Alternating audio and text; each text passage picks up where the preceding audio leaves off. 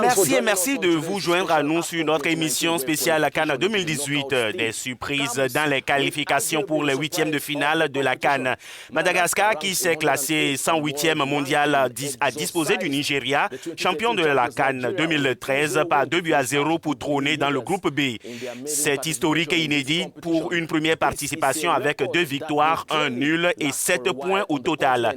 Les joueurs ont fait preuve de beaucoup d'humilité et de confiance à l'issue du match d'hier soir.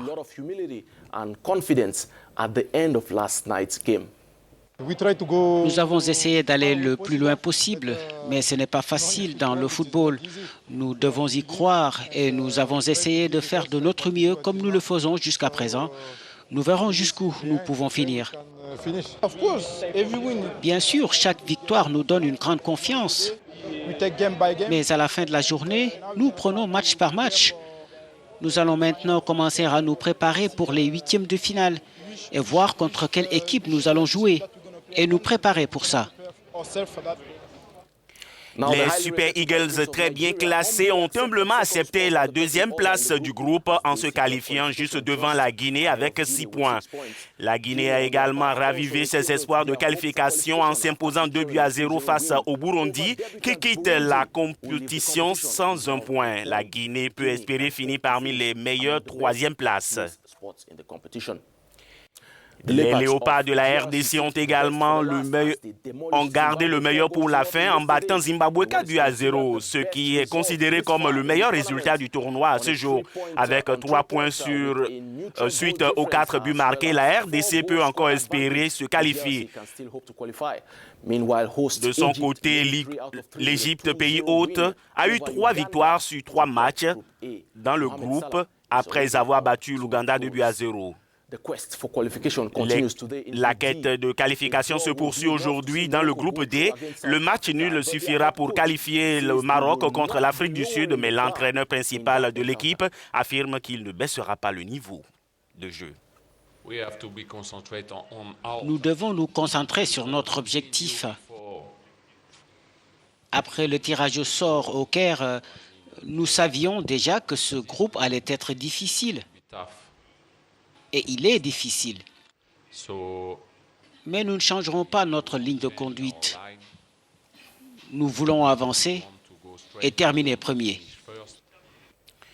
Dans le même groupe, la Côte d'Ivoire, 2e, joue son avenir contre la Namibie, qui peut se qualifier techniquement si elle gagne ce soir. Namibie promet une approche différente.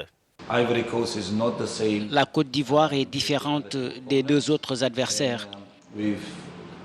Nous les avons très bien étudiés et nous allons également adopter une approche différente.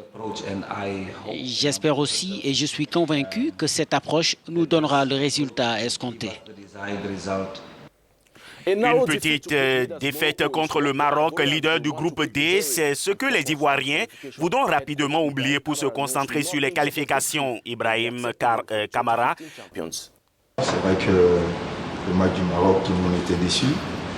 Là maintenant, la chance qu'on a, c'est qu'on n'est pas dans des calculs de si tel gagne, si tel fait ceci. Mais on sait ce qu'on a fait. Il faut gagner notre match pour passer au second tour. C'était ça notre objectif.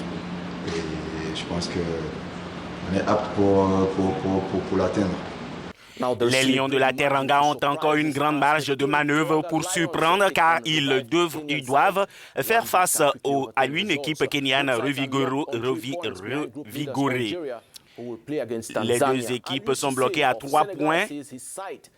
Aliou Cissé, l'entraîneur du Sénégal, affirme que il attend que son équipe se qualifie. Un match effectivement décisif, donc nous avons envie de rester ici encore, de montrer encore de belles choses, de continuer l'aventure jusqu'au 19 juillet. C'est vrai, il y a eu une défaite contre l'Algérie. Mais cela ne remet pas en cause, en tout cas, notre objectif, c'est-à-dire d'aller le plus loin possible dans cette compétition.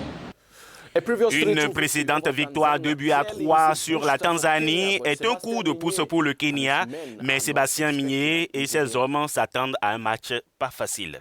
Il va falloir qu'on soit costaud et on a notre destin en main.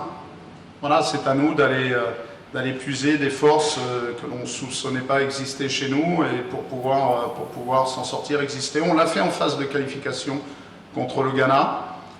Est-ce qu'on est capable de le reproduire face au Sénégal? Je ne sais pas, je n'ai pas la réponse, mais j'espère que, en tout cas, les garçons prendront conscience qu'il faut qu'on donne tout. L'excitation continue en Égypte alors que nous vous présentons le programme du jour de la CAN 2019. À 16h GMT, nous aurons l'Afrique du Sud face au Maroc et la Namibie face à la Côte d'Ivoire dans le groupe D. Et un peu plus tard, à 17h GMT, la Tanzanie jouera contre l'Algérie et le Kenya contre le Sénégal dans le groupe C. Assurez-vous d'obtenir toutes les informations mises à jour, résultats et plus encore demain matin avec notre émission à 6h30 GMT.